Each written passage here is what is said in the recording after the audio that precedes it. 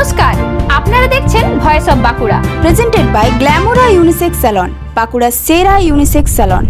আজ 17 সেপ্টেম্বর 2025 বাঁকুড়ার উত্তর বন বিভাগ থেকে বড়সড় হাতির খবরে তোলপাড় গোটা এলাকা। মোট হাতি এখন 71টি। এর মধ্যে বড়জোড়া রেঞ্জের সাহারা জোড়ায় 64টি হাতি, পাবোয়াতে 1টি আর বেলিয়াতোর রেঞ্জের কাঁটাবেংসে রয়েছে 6টি হাতি।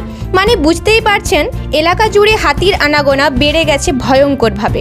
বিভাগীয় বনাধিকারী স্পষ্ট জানিয়েছেন এই সমস্ত এলাকা এবং আশেপাশের মানুষকে এখনই সতর্ক থাকতে হবে, কারণ হাতি যখন দলে নামে তখন ফসল, ঘরবাড়ি এমনকি মানুষের প্রাণও ঝুঁকির মুখে পড়ে।